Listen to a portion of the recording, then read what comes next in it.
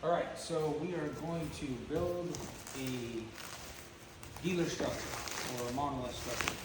I just opened up this box for the first time, so we're all in for a treat here. I'm going to try and identify these pieces as they come out so that when we get into the actual building part, you can reference back to what I call them. This is just your header logo. This gets attached to the top of the structure once it's built. That is a back wall. It can be identified by its awkward shape compared to everything else. The awkward shape would be this radius at the bottom. These get attached to some tabs that we'll get into later. So I'm going to fold that up, set that aside since that's going to be one of the last pieces. This is one of the legs. So all of the legs are exactly the same. If any of you are familiar with the old structure, we used to have a cube that would go on the top. This new configuration allows for there to be no cubes. So this is one of the first things that we build. That's another leg. We should have 4 legs, 4 cross members, and 4 bases at the tops up here. Then the cross structure, or the header, have these different configurations. And why that is, these openings are so that you can get your hand in on the back side. And these are obviously all black. So I'm going to fold this back up and put this in a separate stack. We're going to need 4 base plates, which will come in a different box, and a ton of push pins. So I'm going to reconfigure and get some cleared out space here. Grab a step stool or a ladder, something to stand on, and then we'll get going on it. Okay, let's go ahead and assemble the legs. Big fan of pre-folding, all the other videos that I've made on this stuff. So as it comes to keep the lowest profile for shipping, that's how it's going to obviously ship. You open it up, and you're going to notice before you open it up that there's a bunch of these pre-scores on everything. Those you're going to want to refer back to this part to figure out which ones pre-fold. So that's what I call a pre-fold. It's just like when you crease a piece of paper when you're going to build a model airplane or something like that. These things allow you to, when you're going together and you're stitching this together with the fasteners, you're not fighting the material so much.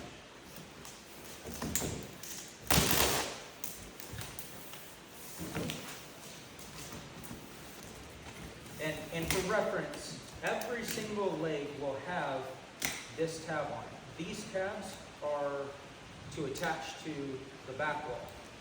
Whether they get used, I mean obviously there's only one back wall and you have 4 legs. I put them on every single one so that you don't find yourself in a spot where, oh, I put the wrong one up in the wrong spot. So at any point you can pop these out depending on how the thing lays out and the space that you're working with. Pop these out and attach the back wall. For me, I just start at one end and stitch my way down. Fold these so that they'll slip into this space. Now once they open up on the other side, you're going to open up those wings, for lack of better words, and then that will lock it in. So now it can't come apart. Again, this tab is for connecting the back wall piece, but for now, I don't know where that's going to end up. And a lot of you guys may not know either. So I just stuffed that in there. Because you can always pull it back out once the structure is assembled. Long sleeve shirts are not necessarily a bad idea when you're building one of these, because you have a decent amount of these tabs to put in, and this edge right here can be a little sharp. So I have a pretty good idea when I'm building these of what not to do, but if this is your first one, probably wear a long sleeve shirt. And this is going to stand upright like this. So obviously we're going to get to a spot where we're going to need a step stool or a ladder or something to stand on. But we'll get to that later.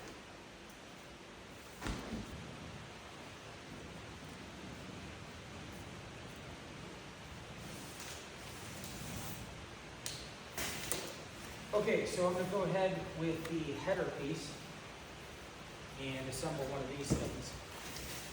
Well, I'll assemble all of them, but you guys only have to sit through one. Again, the way that it comes is going to be like this for a low shipping profile. I'm going to open it up and we're going to find these pre-scores on the back side.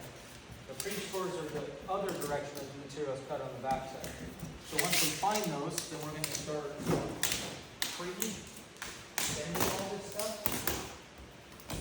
Start with the easy ones first. A nice big work area will definitely help.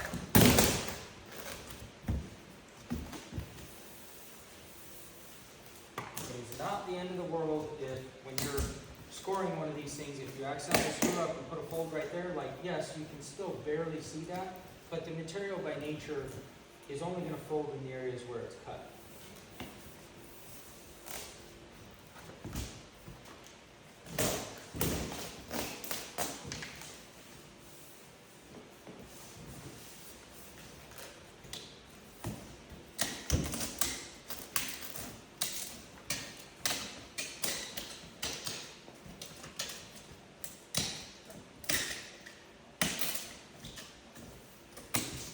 Again, back to the more difficult one to do is always this edge right here because you just don't have that much left on this piece. So you kind of need to take both hands and make sure that you firmly lay this down and get the underside to roll under. On the back side of this material, because it's fluted, when it scores, you have two pieces of material that are pushing into each other, and so they have to fold over it. So you're kind of fighting it the first time that you do it, but after that, once it's pre-folded, you should be okay. So then I'm going to take this one, looks pretty good now. I'm going to start stitching it together with the locking tabs. Same way that I did the other one.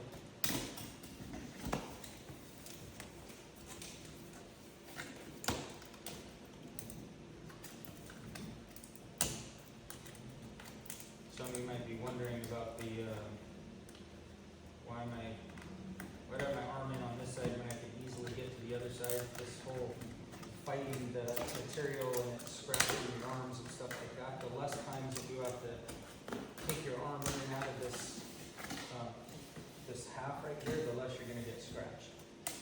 This is for the back wall again, so I'm just going to fold that in because I don't know where that back wall is essentially going to end up at this point. And you can always go back later and pop that back open and attach the back wall wherever you want.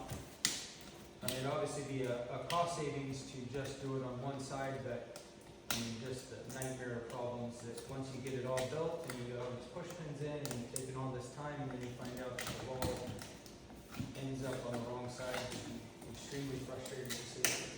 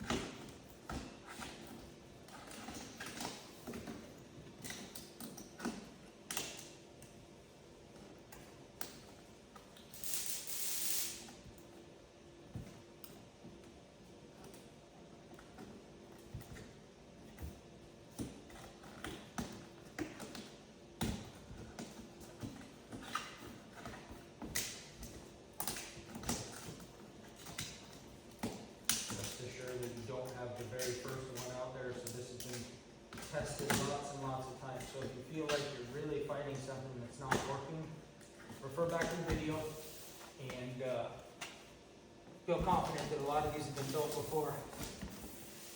Okay, so this side, a couple things to note. This side has a travel in it, this side does not. The reason for that is because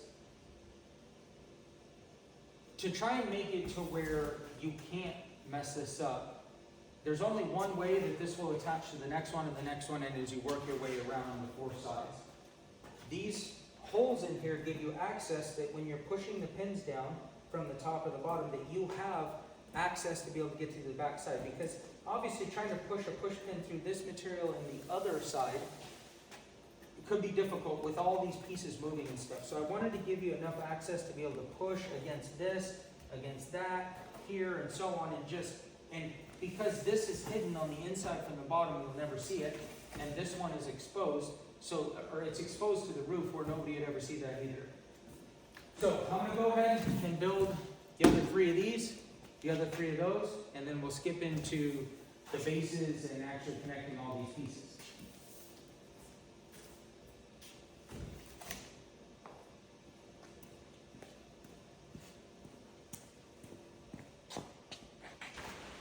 Base plates and fins.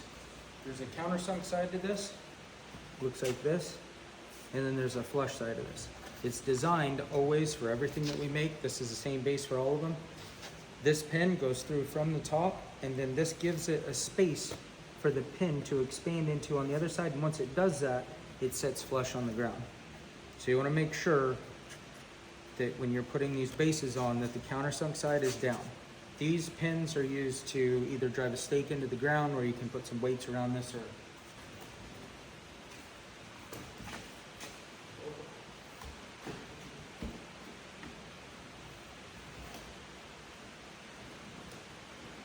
so I've seen a lot of different versions of this as well. These ears fold out, all 4 of them, and then set on top of the base. Trying to ease an installation. We messed around with ideas of going from the underside, top side down. Same thing here.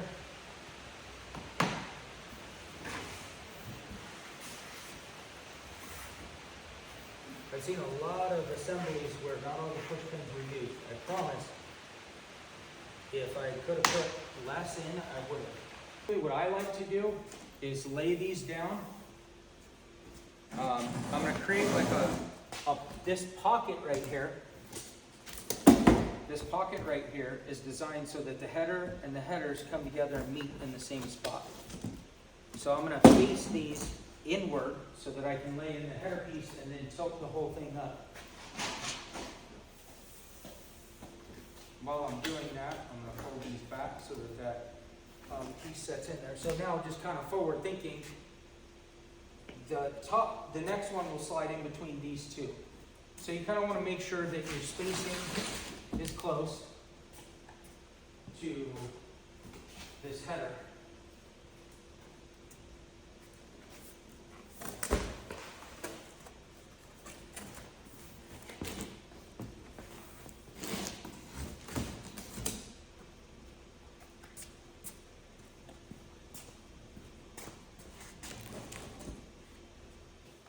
You'll be able to see a little bit more of what I was working on that side.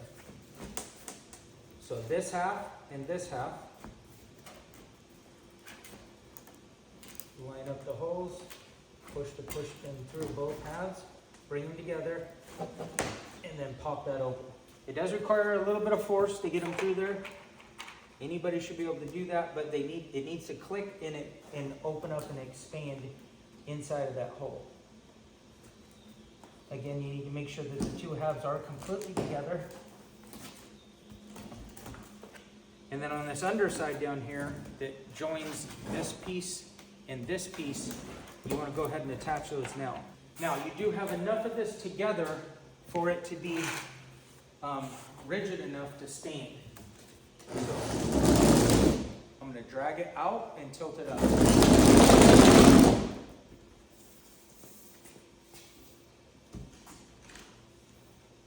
I'm going to go through and do the same exact thing for those 2. And then we'll start bringing the 2 halves together.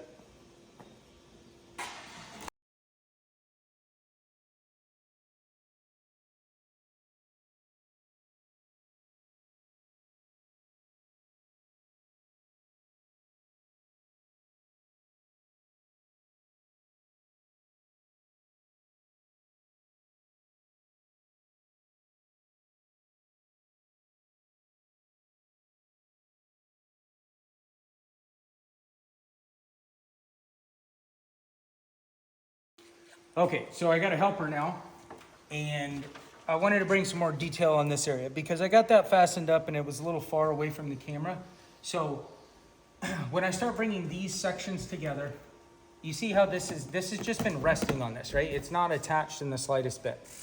So I just set it on here as a shelf to hold it while I was working on the other side. So we're gonna have to manipulate this a little bit to bring these halves together.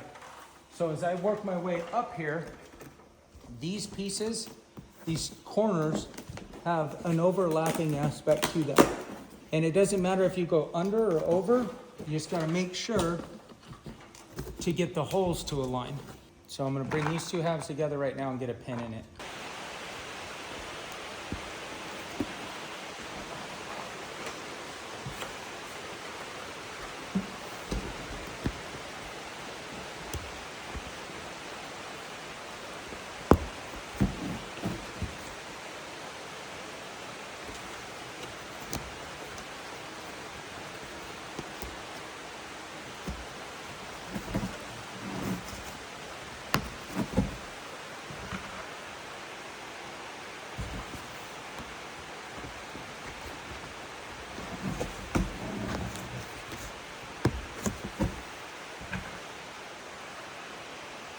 There's really no rhyme or reason to how I'm putting these in other than as I see them and what suits my needs best to pull all the sides together.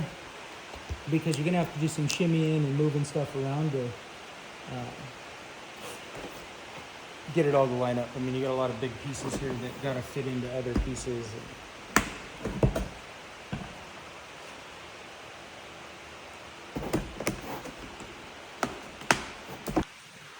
So this is what we're looking at from a top-down view.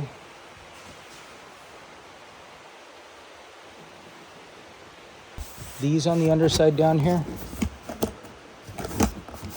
these are the only ones that don't have to be fastened.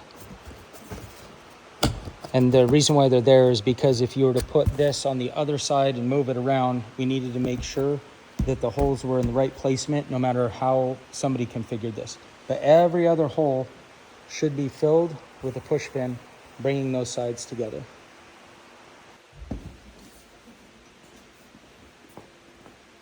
All right, continuing on with the last header piece. Now that you have 3 of them up, you have some substance, meaning that it's less likely to move around on you and everything else. You can, with some confidence, set some stuff and move and so forth. Okay, so this is probably a pretty common mistake. What I've done is these aren't lining up and the tabs are on the wrong side. And that is because this seam has to be down. So you can see it right there where the 2 halves come together, that has to be facing down. So what I did on accident was put this on there the wrong way. When they're facing down, when the seams are facing down, all these pieces line up and the tabs go the right way. So it's very important to make sure that the seam is always down and to the inside of the structure. The reason why is because when the back wall goes on this or any other things that we make attach, it all needs to line up and be in the same spot. These seams need to be in the correct place in order for that all to work.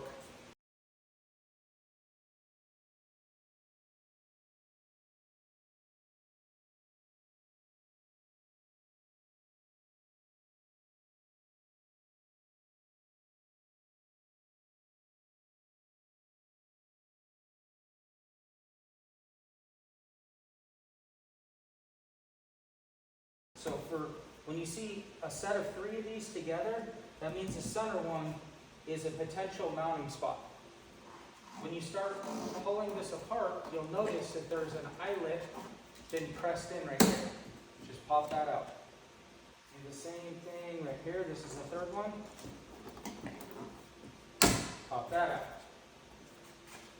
I put them everywhere because whatever we do in the future, however many walls you want to put on, how many other, it just gives us that flexibility. 1, 2, 3, the one in the middle. 1, 2, 3, and these groupings of 3. The one in the middle is the fastener. Okay, so now we have attachment points for this back piece.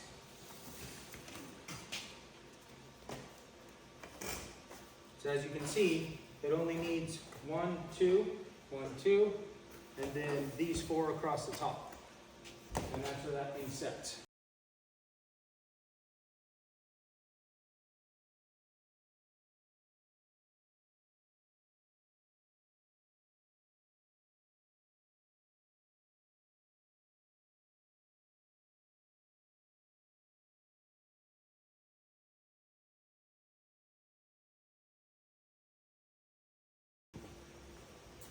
All right, so that is the finished structure. The contents of this box builds this structure. Now, I know it's a fair bit of work to put this thing together, but value for something you can ship like this and have this kind of a footprint, it's a pretty impactful structure. There's a header sign that goes up front that I didn't put on because I didn't want to block the view of everything else, but that's also included in the box.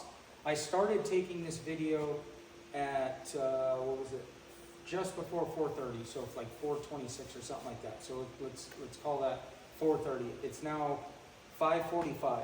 So we're about an hour and 15 minutes on this build, from opening the box, as you saw, to laying out all the pieces, and mind you, I'm trying to narrate a video through the process. So I'd probably say for somebody doing it their first time, hour and a half to 2 hours to build this thing.